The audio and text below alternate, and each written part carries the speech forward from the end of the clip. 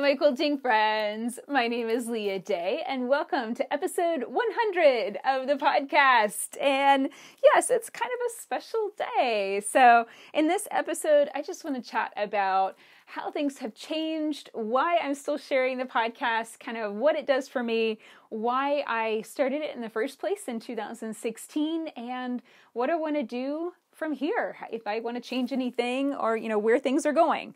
I figure on the day 100s, those big numbers, I should check in and kind of take stock on everything that's happened. But that's going to be coming up soon. That's the podcast topic. And I always like to get started with just a little bit of an update about what's going on around the house and behind the scenes. So if you want to just jump ahead and go straight to the podcast, you can. And I'll have a timestamp below the video so you can jump ahead easily. So what am I working on? I am playing with fake flowers today. I decided I wanted to make some Easter hats. And so I picked up, this is really inexpensive, just simple white sun hats. I think I got these at Walmart for $5 each. And then went to Hobby Lobby. They had all florals on sale for 50% off, which I love. And so I picked up a wide variety of colors, and these garlands were really nice. These weren't on sale, but when I counted the blooms, there were double the number of blooms on this than there were on the clusters of flowers. So I was like, oh yeah, I could save 50% on the other, but I'd still have to buy double the amount. So I just figured, hey, I'll just go ahead and do this. And that worked out great. So I am ripping these apart so I can turn this into a hat. And I've done this before. Last year I made a Kentucky Derby hat with pink roses, and I also made a sunflower hat, and you can find the video for the sunflower hat tutorial. And it's really simple. I mean, it's just you rip the flowers apart, stick them on the hat, and hot glue them down. That's it in a nutshell. It's really not difficult, but it is a lot of fun. I think that this is, it's creative. It's a simple project. And then I'm hoping that the guests that I'm having for Easter will enjoy wearing their fun hats, and we'll be able to take some nice pictures together. And I think that will be fun. So that is what I'm working on today. And so if you hear some rustling, or I've got some pliers here, you might hear some clipping and stuff in the background. That's what's going on. And I'm hoping maybe if I can get all of these pulled off, I can start the purple hat while I'm talking with you guys. That would be great. So what else has been going on? I will be honest, this has been kind of it was a weird week. Halfway through the week, I just got really burned out and tired, and I was not in the best mood. And Josh and I had been planning on going on a little trip together, and actually we had been planning on going on a trip for our wedding anniversary. Then we decided to stay home and work outside instead, and then that was, kind of, I don't know, in a way that was a little disappointing. It's my wedding anniversary and I'm making a rabbit hutch. That's mostly what I did. And I just got frustrated with the rabbit hutch more than anything else. It hasn't been going all that great because I used scrap wood to build it. And that's okay. I mean, I'm not knocking the scrap wood thing, but then the build itself, the finished hutch is just not, all that straight or square. And I'm just feeling a little frustrated. It's not as perfect as I wanted, which I talked about last week in my post about fear, and fearing that something wouldn't be perfect or wouldn't be good enough, and having that kind of lock something in place. And that's a little bit of how I was feeling last week, of just feeling like the rabbit hutch wasn't good enough and I didn't really want to work on it anymore. And I was really tired and kind of cranky. And then Josh was like, you know what? You have to go to Johnson City. We had a meeting scheduled, so had to go. But he was like, I don't have to go. Why don't you go? You go, take a break, have a good time, and take care of business, and then come back, and yeah, you'll feel better. And I am so glad that I did that. He practically pushed me out the door. I was like, well, I'll feel guilty, I was kind of feeling bad. And he was like, well, how can I, make you understand that I want you to go do this? And I said, well, why don't you go book it for me? And so he did, and he didn't book me one night. He booked me 2 nights. Which is so, so sweet. So yes, I took 2 nights away from my family to go hang out in Tennessee and relax in a hotel room, and I just wrote almost the entire time. So I got a lot of work done on my Goddess quilt book, which felt great. I got to relax and be away from people for 2 days, except for one day. I did have a big business meeting, which I want to tell you about in just a second. But it was great because I got so much work done on the Goddess quilt book and really started to feel solid about where that book is and where I'm going with it and how the stories are going to go from here. And here's what's interesting. I wrote so much about these quilts when I was making them. You know, almost every quilt I would put up a little post kind of, well, I should say every quilt after the second one. And this is the thing, I've been kind of stuck on the first 2 stories. So getting these first 2 stories done was great because then now after I get these completely squared away, I'm going to start pulling from those old blog posts. I'm going to take that. And what I like about it is, you know, sometimes I would write, how can I say it? Like sometimes I would write about something and I've completely forgot about it now. Like I don't even think about it now. I think there was one post where I talked about my cup runneth over and I was obsessing about tiny little details that I don't even consider as important now. Like she had a wobbly chin or something. I don't even know. I read that and I was like, what was I obsessing about? Why was I being so weird about that? And then, so that was my perspective when I was mucking around in the quilt in that middle stage. And then now I have the perspective of 10 plus years of time. And I know that didn't matter at all. So I think it'll be really interesting to pull those old blog posts in and share snippets from that and how, you know, kind of all the messy stuff that I shared at that time. And then to also add in, you know, the perspective of 10 years later, what do I think about, you know, was this even important? And a lot of times it absolutely wasn't.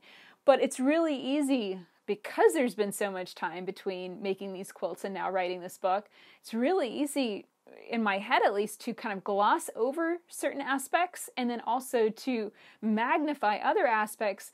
You know, certain benefits of making certain quilts seem far more important now to me 10 years later than they did at the time that they were finished. So that is something really interesting, and I can't wait to incorporate that into the book. And I'm so excited. I got all my purple leaves taken care of so I can start hot gluing. I don't have very many hot glue sticks, so I might be running to the craft store again to get more hats done.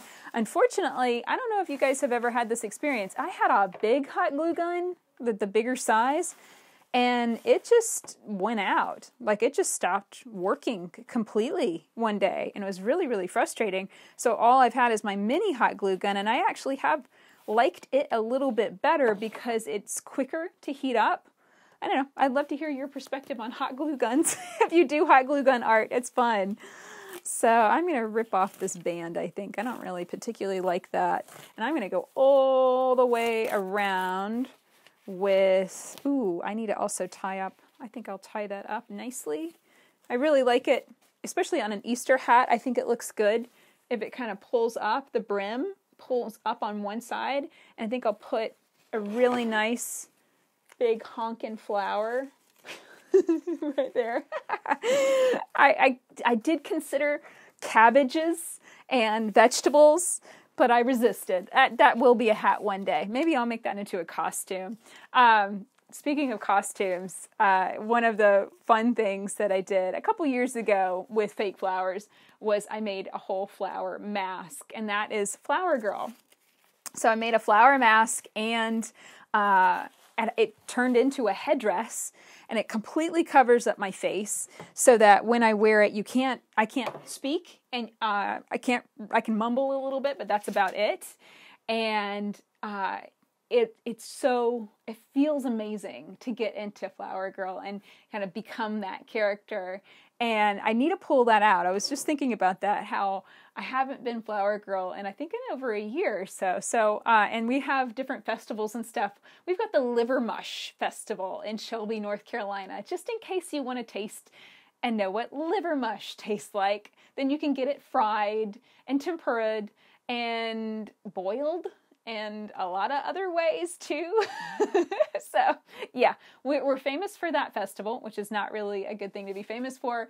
But I think we've got a couple other, like the Merry-Go-Round Festival and some others too. So I'm going to try and get those dates written down and become Flower Girl once or twice this spring or summer. I think that would be a lot of fun.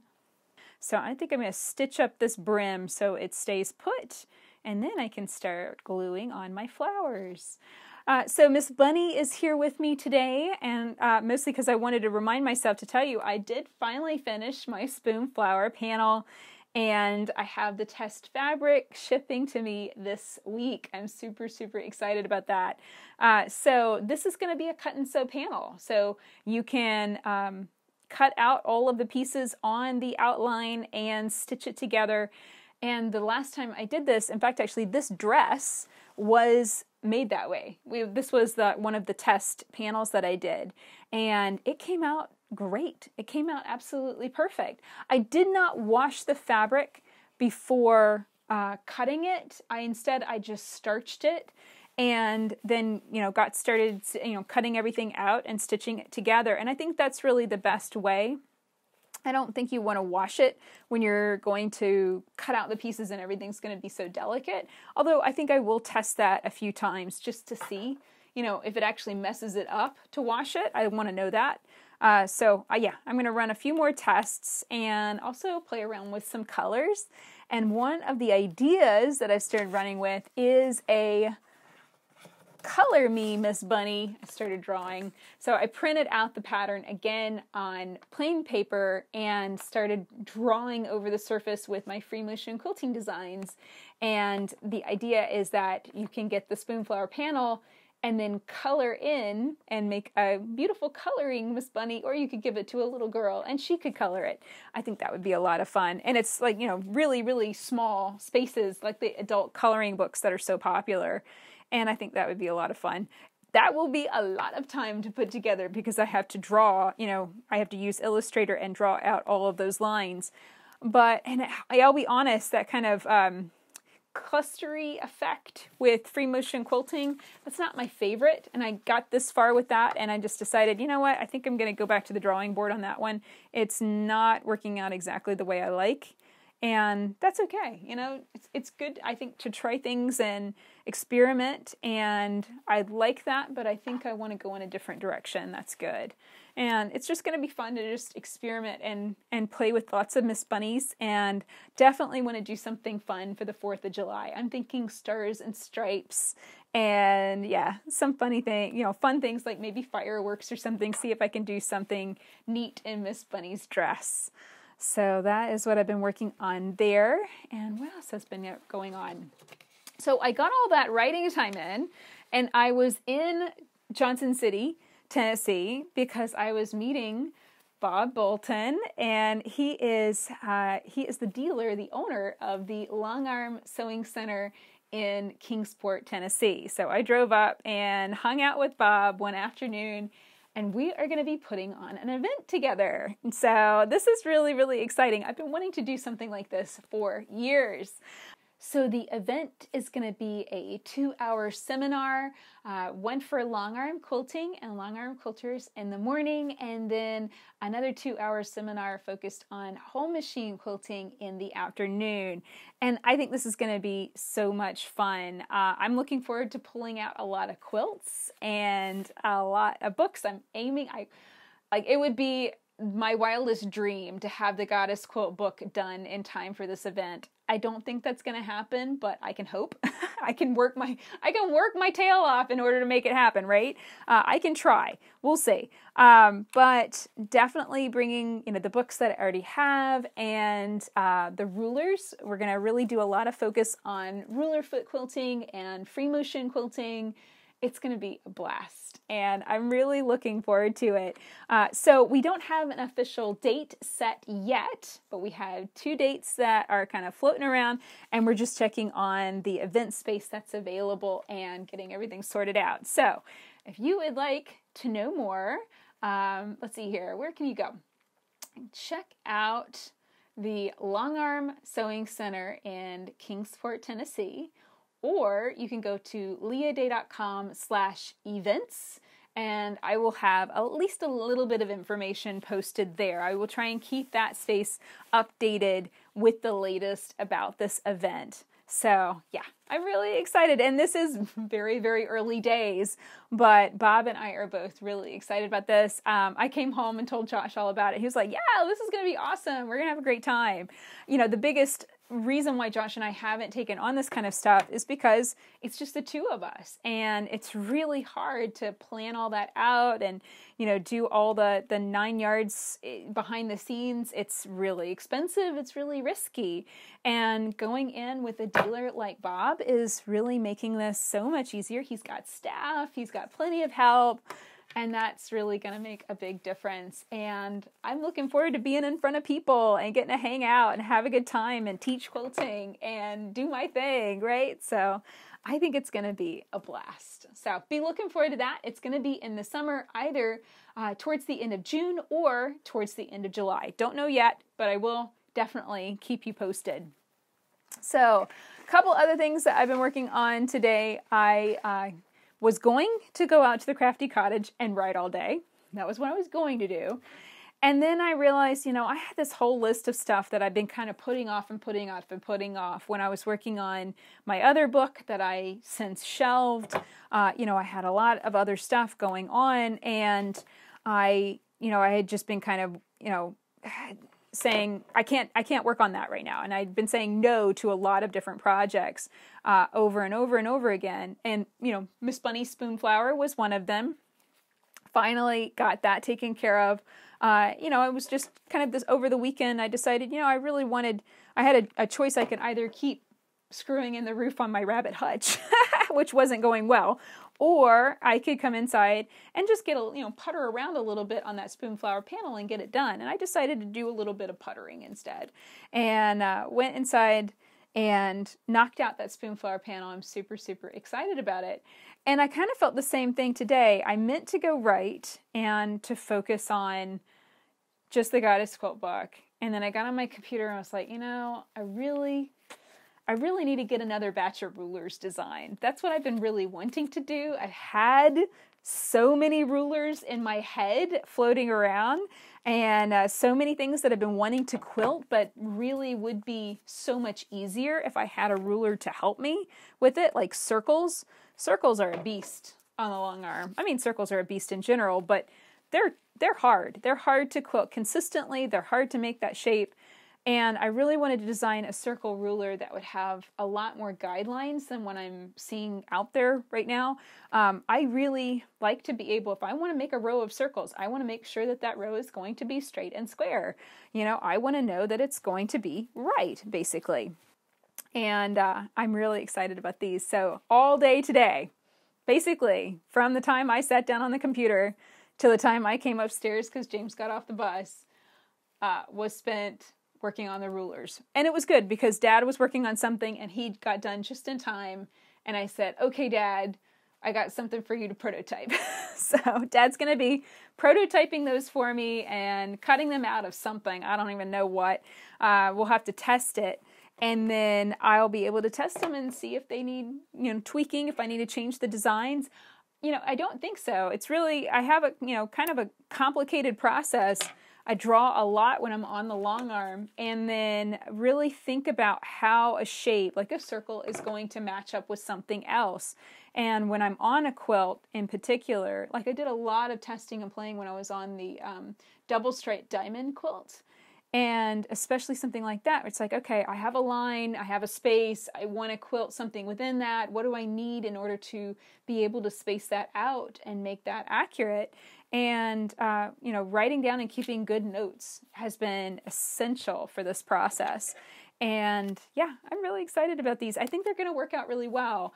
And I'm excited about having more rulers available because they are a lot of fun. I certainly don't want to design anything that's just kind of gimmicky. I really want to make stuff that is useful, that helps you finish your quilts, and cover it with a texture that you like and get it done quickly. That's the whole point. So be looking forward to that. That's going to be several months out too. I have a lot of things today that's just like, okay, I'm going to tell you about it, but it's not going to be around for quite some time. And this is the process, and why I like to share the podcast and why I've shared it for so long is it's fun to share the behind the scenes, because otherwise you have no idea of how long this stuff takes. You might not see these rulers until August or September.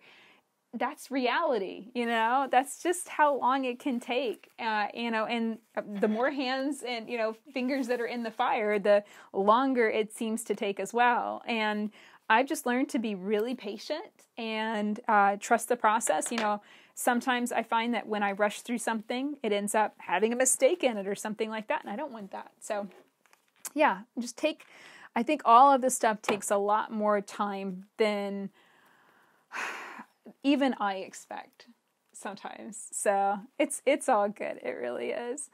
So that is pretty much it for everything I am working on around the house. I have been, as soon as I got home from Tennessee, guys, I went out to the Crafty Cottage, and it was like somebody lit a fire in the cottage, I guess, in my sewing machine maybe, because I knocked out my blocks. I am so happy to say it.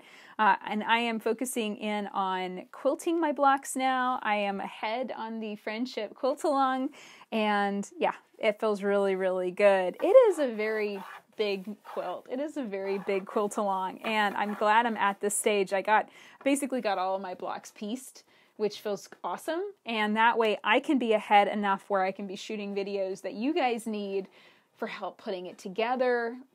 We won't be touching that until November, but I can go on ahead and have those videos ready for you when you get there. And that's really, really good. The hardest thing I think about all of these quilt-alongs, every single one that I've done, is just, it's an enormous amount of work. It's more work than a book. It really, really is. And I'm not resentful of that. It's just simply, I've got to put the work in. I got to put the time in. So I went out to the Crafty Cottage, kind of put myself in jail, and I did the work, and that feels great. So yeah, that's pretty much it for the news around the house.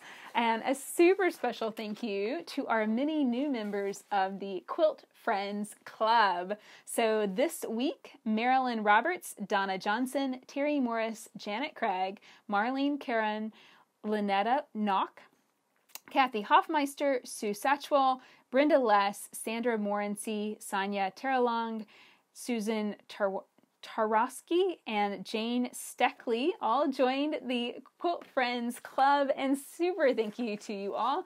You're all my best quilting friends. So what this is basically how I support this podcast, and it's a membership-only club. It costs $2.99 a month or $24.99 a year, and it is a very small group. It's only about, I think we have about 350 members at this stage, and that is absolutely perfect because it is all of the people that really want to help support the podcast. They are kind and supportive and friendly, and we have not had a whiff of negativity on this club, and that has been so amazing. In comparison to the junk that we were dealing with on Facebook, it has been like night and day. It really, really has. But another benefit of joining in the club is you get to participate in the How Do I Quilt This series. Basically, you'll post a photo of a quilt top you need help quilting, and once a month I take those images, download them, print them out, and I share 3 different quilting design ideas. And last month for March, we had 12 quilts that ended up being a nearly 2-hour tutorial, and it was great. It's really stretching my designing skills, and I really feel like members are enjoying that tutorial and learning and getting a lot from it, so that feels good too. So I hope that you'll come and check out the club and help support the podcast. You can find it at quiltfriends.club. So now let's talk about day 100. It's actually, I'll be honest guys, this anniversary kind of snuck up on me a little bit because last week I thought we were only on day 98, and we had done 98 the week before. So I didn't even realize last week was number 99, and then this week it was like, oh my gosh, this is going to be number 100. And there's not a lot in a number, but at the same time, I don't know. I mean, there's 2 ways of looking at this. On the one side, a number is a number, and who cares? But on the other side of that, hitting a big number goal for anything is a big deal. I can remember when I hit day 100 of the Free Motion Quilting Project.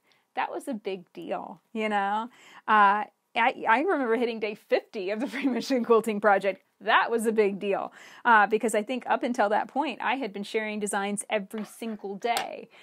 You know, the podcast, what I love about it is I've really allowed it to evolve and to change, and I have never felt like I had to be really rigid with the rules with this podcast, that it could reflect my life and what I needed at any particular time.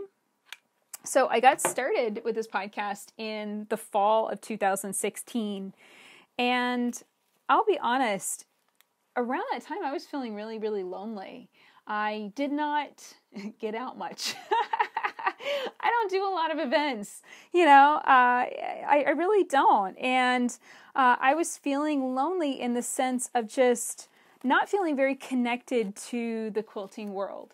And, and then I had, I was kind of curious about how other people were running their business, and kind of curious what was this whole fabric design thing? Was that something that I should be doing? Other people have different methods for publishing their books. What was all that about? And I was just curious. And I find that there are many times that it's very hard to initiate a conversation or like throw yourself out there and not have a reason behind it.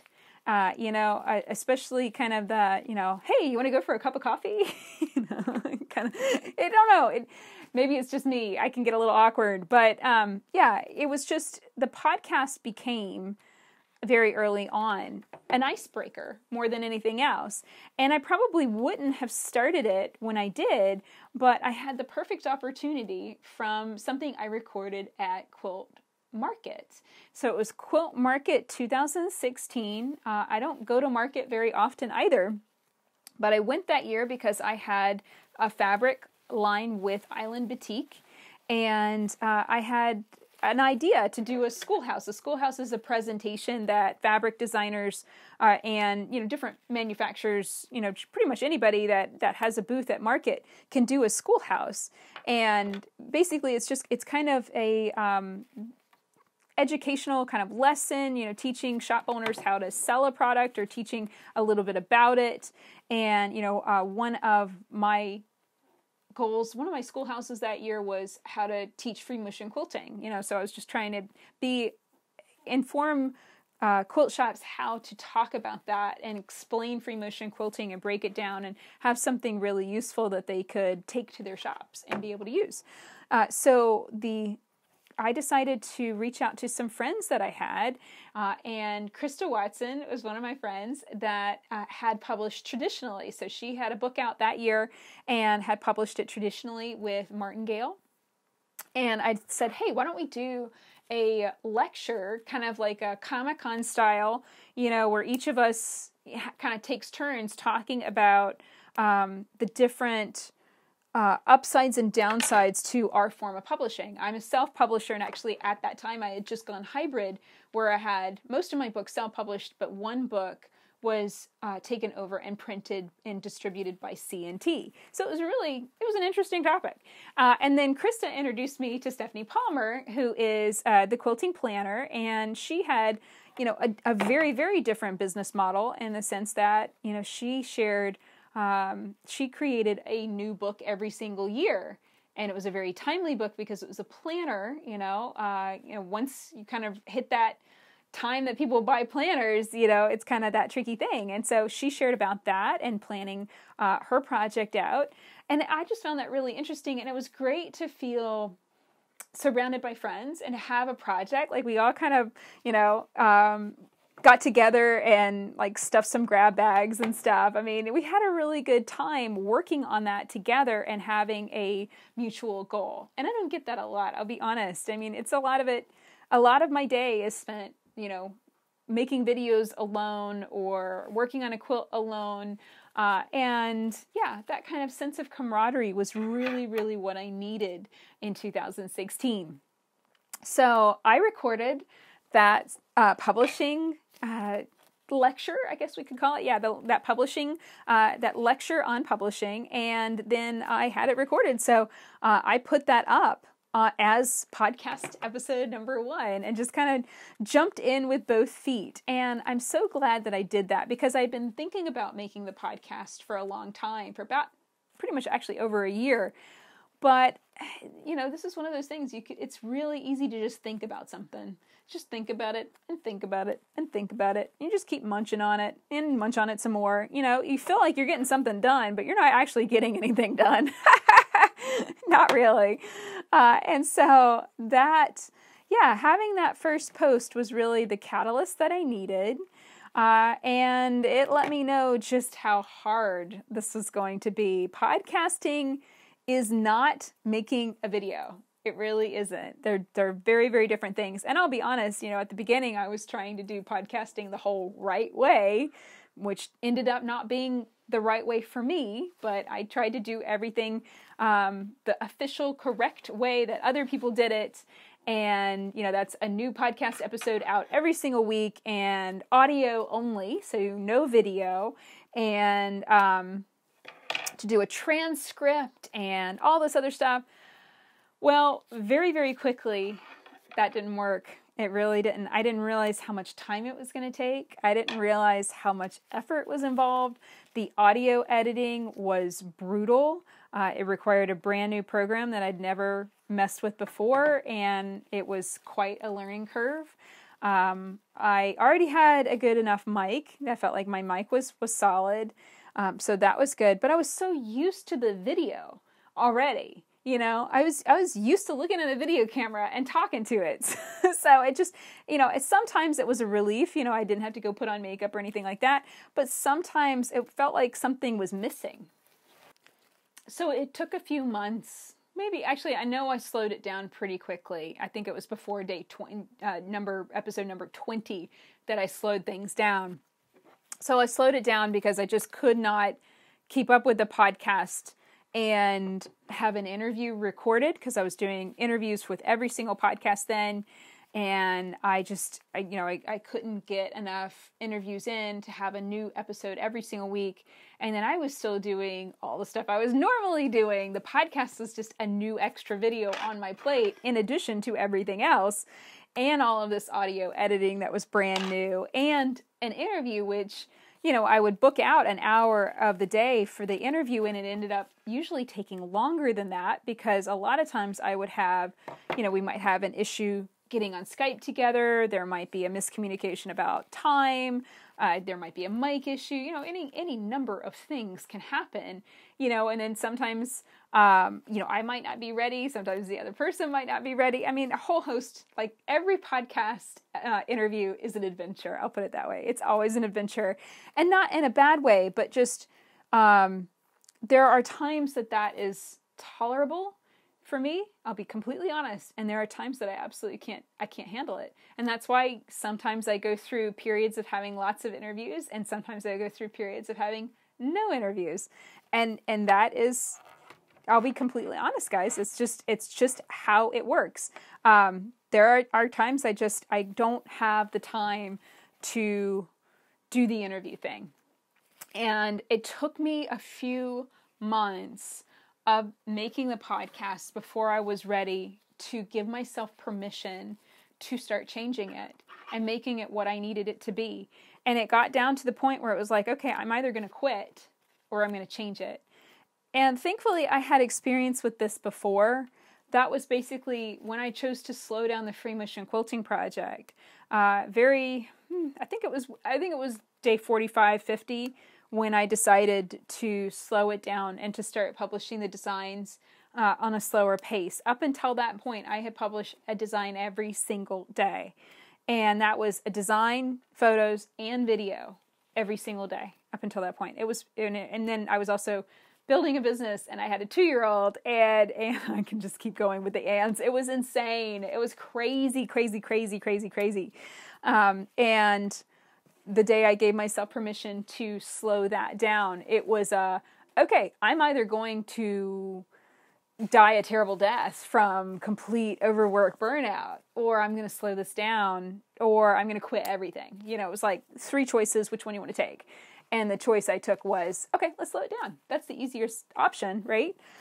So that has happened before. It does not mean that I'm a failure. You know, I've already wrapped my brain around this before, guys. You know, slowing something down, changing it so it works, never makes you a failure. Now, quitting just means it's over. It's done. That doesn't mean failure. That just means that show no longer is on. It's no longer being made. And that doesn't mean that you can't go and enjoy the older episodes. You know, it just means that new episodes aren't going to happen. You know, I try not to look at things in terms of success, failure, mostly because it makes me crazy. I don't think that that's a good way to judge things at all. And when I do catch myself judging things in that kind of terms, it doesn't make me happy. It really, really, really doesn't. So I gave myself permission to slow down the podcast, and I think it was coming out at one point every other week, and that worked out really well, especially with interviews. That worked out really, really well with interviews. That way, if something happened, you know, if there was a glitch or mics didn't work or, you know, Skype decided to be buggy, which it a lot of times decides to get buggy, then we could reschedule and record the podcast a couple hours later or the next day, and that was no big deal. You know, we, worked it out. And at the time, I just really felt like having the interviews was an important part of it. You know, it helped, it was kind of my quilting friends, I was having an excuse to reach out and talk to people and to make more quilting friends. And I absolutely did that, for well over a year. I had lots and lots of interviews, and I love that part of it. And I love that excuse to reach out and introduce myself. And I admit, I've gotten a lot better about this. It was one of those funny things at festival. I was hanging out in Grace Company's booth this past fall, and I knew everyone there knew me, the workers at the booth, but I didn't know them. So, there was kind of just a little bit of awkwardness, especially with the women. And I could tell that they didn't quite know what to say, and I didn't know quite what to say, so I just said, I'll just break the ice. And I just said, hi, I'm Leah Day. Reached out my hand, and, it was a little geeky and awkward, but hey, I would rather that than a whole, weekend of weirdness, right? And that worked out really, really well. And I have to say, it's taken me a while. I've been in business for 10 years. It's taken me a while to be able to have that level of confidence and to not worry that someone's going to laugh at me. If anything, if they do laugh at me, I'll just laugh right along with them. So it doesn't even matter. But especially early days, I had trouble introducing myself, and had trouble putting myself out there. And especially, someone that I admired, it was kind of like, hi. I think the first time I met Kara McTavish, that's what I was like, hi, Karen. I love you so much. You're so awesome. And then I ran away. And that was it. So, it's one of those funny things, how that kind of stuff can kind of change and evolve over time. And then, the interviews were great. And don't get me wrong. I have actually a batch of interviews scheduled. And I am really excited to be making a couple more quilting friends in the next couple of weeks. But a couple of, I guess this was going into summer last year, knowing that James is going to be home every day. And when he's home, it really does stress out my family a little bit to try and be quiet and remember that there's a podcast being recorded, and inevitably they forget and come clumping up the stairs. Somebody comes clumping up the stairs and, knocks on the door, interrupts, the lawn guy comes and needs to be paid. Something happens right in the middle of everything. And I just decided, you know what? I can take a break on that. I have permission to take a break on recording that for a little while. And, I just decided I'll figure out something else to talk about. Like today, I'll just figure out something else to talk about. And sometimes I literally kind of just stand around in the kitchen and say, hey, Josh, what do you think I should talk about today? And he kind of weighs in with an idea, and that usually will give me another idea. And I'll say, oh, I think I'll go do this, and and kind of riff on something. I've got a couple fun ideas that are coming up in the next couple of weeks. That'll take a little bit more time to record. Like I want to do some more writing on them and stuff like that. So it's all about fitting the show into my life as my life flows. There are days, where I'm shooting at the last minute. I got to get it done so that way Josh can edit it. He learned the editing side of things, and we ended up learning how to edit within the video editor so that way we don't have to edit the audio twice. And that was another big learning curve. So, we figured it out as we went, and then allowing it to change has just been really, really good. And that was another big thing. I finally stopped fighting. I don't really remember when this was. I want to say it was early days, maybe about episode 2025, that I decided, you know what, video is really important to me. I really like to share what I'm doing, and I have a skill for being able to talk and mess with stuff at the same time. And I really enjoy that aspect of it. I like you to be able to see what I'm working on. And, you might be quilting or sewing. I get a lot of emails from quilters that say that they set and sew, and then they only look up and watch when they need to see something, they're curious about what I'm talking about. And that's just fine. That's kind of how I absorb content a lot of the time. So, I listen to a couple podcast episodes that are very similar. So, when I decided to start shooting the video, a lot of things changed with that side of things too, because it was easier to have something going. And then it became a way for me to check in on my projects and progress and make sure that I wasn't leaving projects behind and, kind of saying, oh, I'll get halfway through something and then drop it, because I started kind of getting called out a little bit by listeners and watchers because you guys got curious about the projects and wanted to see them finished. And that was great, because then it was kind of like having a cheerleading team rooting me on and helping me kind of get through that tricky, hard stage. And, even when things weren't working out, when things were bogging down and I was just really upset with something, having that supportive voice, a nice supportive comment, something along those lines was really, really helpful. Now, that being said, YouTube has not always worked out great for the podcast, because YouTube and podcasting isn't a perfect mix. A lot of times, even when I write the word podcast in the title, there's a little bit of confusion. A lot of times people expect a tutorial, and I've gotten some nastier comments on my podcast than anywhere else. And that gets frustrating real quick. I don't like nasty comments. I don't like passive aggressive people. I have very, very little tolerance for either.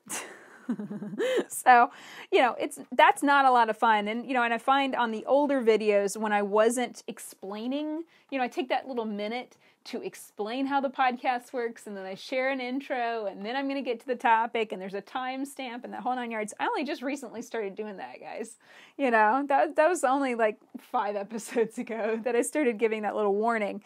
And that was because I did a whole batch of podcasts that were kind of more tutorial-ish than others, and I created some confusion, and I got some nasty comments that were just along the lines of, I don't want to sit there and listen to you. And I thought about that a little bit, and in a way, a couple times it did hurt my feelings. And I almost stopped doing the video for that reason, because it was just like, podcasts are supposed to be audio. It would be less of a pain. I wouldn't have to do makeup if I just went back to audio only, that kind of thing, or just stop doing the intros. But, I do the podcast to share the intro, so I can feel like, number one, so I feel like I'm not alone, that I'm sharing what I'm doing, and that it's not all secret sewing, and it's not all like, you don't hear about anything for months and then all of a sudden I've got a book out. I really like to share the messy process and the behind the scenes. That makes me feel good. It makes me happy. If I can't share that part of it, then I don't really want to make the podcast, And so I checked in on that. And I also realized, certain topics are not going to work as a podcast. I had an idea recently for like tips for shooting photography. It's like, that's really a tutorial. That's a punch out tutorial. That's not a podcast. And that'll be its own, tutorial kind of thing. That's just not meant to be a podcast episode. And that's why I've been really focusing lately on using the podcast to share about the new book and, to share whatever is kind of going on with that and how that's going. And that's been great for me. And also it feels like that's resonating really well. I've been getting a lot of great comments and I love that. And I love hearing from you guys and knowing that the podcast is having an impact in your life. And I've been hearing from people, and that has definitely been the case for many, many quilters. And that feels amazing. I can't necessarily go to every show. I don't even want to go to a lot of quilt shows. I might go to 1 or 2 a year. And I can't go to guilds and lecture and travel and teach the way everybody else does. It's not for me. It's not for my family. It's not the way we work. But still being able to share and put myself out there and be authentic and real and my real self and, even the messiness that inevitably is life, that feels really good. And what feels great about it is the fact that I don't feel like I have to be absolutely perfect all the time. There's a lot of pressure for that, certainly, just to make it all look so easy and effortless when there is, a lot of difficulty involved with everything every day. Like I was just telling you guys, I had a bad week and I was grouchy and mean and my husband practically shoved me out the door and said, go away, come back when you're feeling better. So, it happens. And I think, putting that out there and saying that honestly, is not a bad thing. It's great to admit that I can be very difficult to live with. I am a very introverted person and I need my time to myself. And my son just had an entire week of spring break. And I am very happy today that he has gone back to school. And that doesn't make me a bad mom. I'm just a very introverted mom, and that's me being honest with, how I feel about that. And yeah, it's tough. It really, really, really is. So, kind of figuring out how to best balance the intro that I really feel like I need to share and I love to share, and making that clear on YouTube, which, isn't always the best place for that kind of thing. Especially it feels like these days, YouTube it keeps getting quicker and quicker and quicker, and the impatience level is higher and higher and higher. And that's why, I've leaned away from sharing tutorial titled podcasts, because, I don't want someone to come in thinking, oh, okay, I'm going to learn, the negative effects of spray basting in 5 minutes or less. It's like, well, that's another video. That's not the podcast episode though. So it's been a learning experience. It really has. And I want you to know, guys, I've been doing this now 100 episodes. I seem to remember over the course, it's been about 2.5 years. I think I have flat out, completely deleted all of what I recorded twice. Because it was just, I recorded it and it was awful. And maybe I was in a bad mood. I was having a bad day. Absolutely did not need to go out there, and just completely deleted the entire thing. And that happens too. Sometimes I've had to just lose entire episodes if it's not working and is not jiving and I'm not the right person, then it has to go. So I've lost some episodes. I've never, thankfully, had any sort of computer crash or anything like that take episodes out. But I did recently run out of space on my external hard drive because these are very long and take up a lot of space. So I had to get another external hard drive. So upsides and downsides certainly to everything, but I'm here to say I absolutely love this show. I really, really love it. And I love producing it. It is an effort. This is the video that, it's like, I went back to posting every single week, I think midway through the summer, and I've been keeping up with posting almost every single week since And this is the video that takes the most time, obviously out of the week. I do have to keep up with it every single week. And every week I'm like, oh, I'll get that done on Friday, or I'll get it done early. And then it ends up being Monday afternoon like it is today. And yeah, it's an effort. It really is. But it's an effort that I enjoy and I love doing because I no longer feel lonely. I no longer feel like I'm all by myself doing this stuff. I really do feel like I have an entire world of quilting friends. And it makes me feel a little teary because it really does make my day. I can't tell you how much. I feel like it's really easy for people to run away with an impression that everything is easy, that it's just effortless and quilts just magically get done. No, there's effort in every single bit of it. And there's time and there's energy and there's blood and there's sweat and there's tears. And being able to share just a little sneak peek of that process behind the scenes of it just helps me feel like, you see that. You're not just seeing the finished product, the finished book, the finished workshop, the finished whatever. I'm not just showing you my best. I'm showing you the process behind it. I'm showing you the messy middle. I'm talking through the fear and, the all the stuff that comes up in between. And I love that. That really feels rewarding to me. And I wouldn't want to have it any other way. I really wouldn't. So that is really why I keep doing the podcast. I have no interest in quitting. I might slow it down. That I feel like is always open to me. If I need to slow it down, if it's just not fitting, then I will slow the podcast down to every other week again. Like I said, I've got some interviews coming up, so I'm looking forward to those. And interviews are interesting because, yes, showing up and getting the interview done and having Skype work and all that good stuff is an effort, but having those recorded in advance takes a lot of the stress out of the equation. So I'm kind of seeing if I want to get back into that and get further ahead and have several months ready to go. I don't know. I kind of go both ways. I love the interviews, but I also really enjoy just sharing with you guys just whatever's going on. That feels great too. So yeah, this has been so much fun. I have got my hat started. I have the greenery all around the center of the hat. And you can see I already got the brim pulled up nicely. I've got a big purple flower right in the center and a little flower dangling off one side. I already love it. This is perfect. And yes, lots more flowers to add, lots more greenery to add. I'm going to challenge myself to put all of this on there. I have a whole table covered in purple flowers. So this is going to be hilarious when it gets done. And yeah, this is going to be marvelously fun.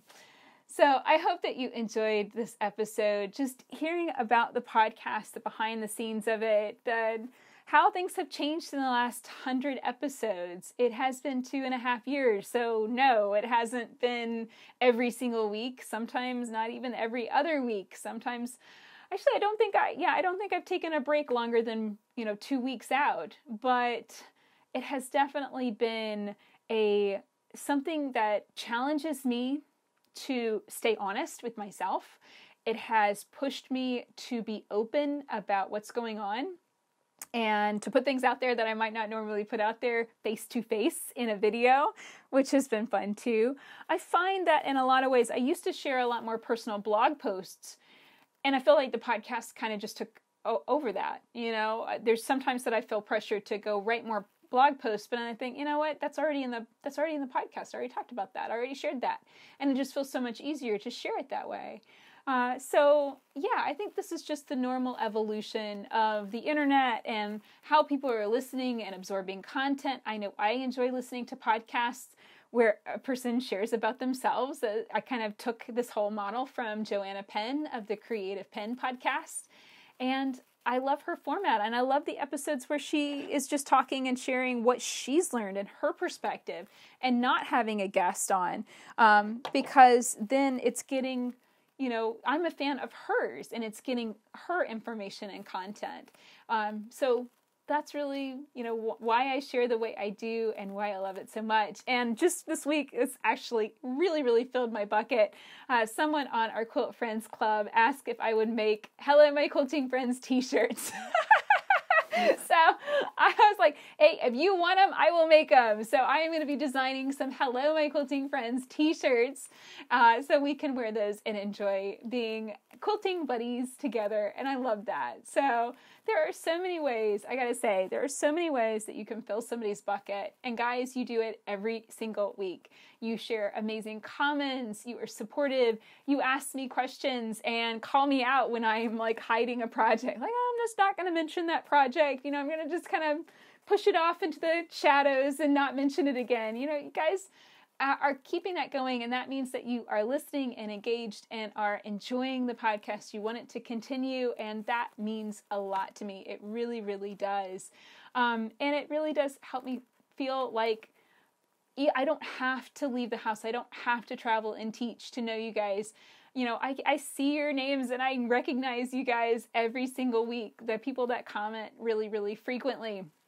And I have made so many friends from this podcast through interactions, through having people on the show. And that feels great too. It really does feel like I have expanded that world and have lots of professional quilting friends, lots of home quilting friends, just regular quilters all over the world. And I could not ask for more. The podcast has more than exceeded my expectations as far as, just simply wanting to feel less lonely and wanting to feel more connected. It has absolutely done that far better than I would have ever expected. So I hope that you enjoyed this episode, and I hope it filled your bucket, because it absolutely filled mine. And here is to another 100 episodes of the Hello, My Quilting Friends podcast. So that's it for this week. I'm hoping next week I'll have my new goddess quilt, Eye of Calm, on the machine and quilting, but I don't know. We'll have to wait and see. And of course, I'm definitely planning on getting a lot more writing time in on my goddess quilt book. So I'm looking forward to both of those things and getting my spoonflower panel of Miss Bunny. So we'll be checking in on all of that next week. And don't forget to also look at the Quilt Friends Club if you'd like to become my best quilting friend and help support the show. Check it out at quiltfriends.club. Until next time, let's go quilt.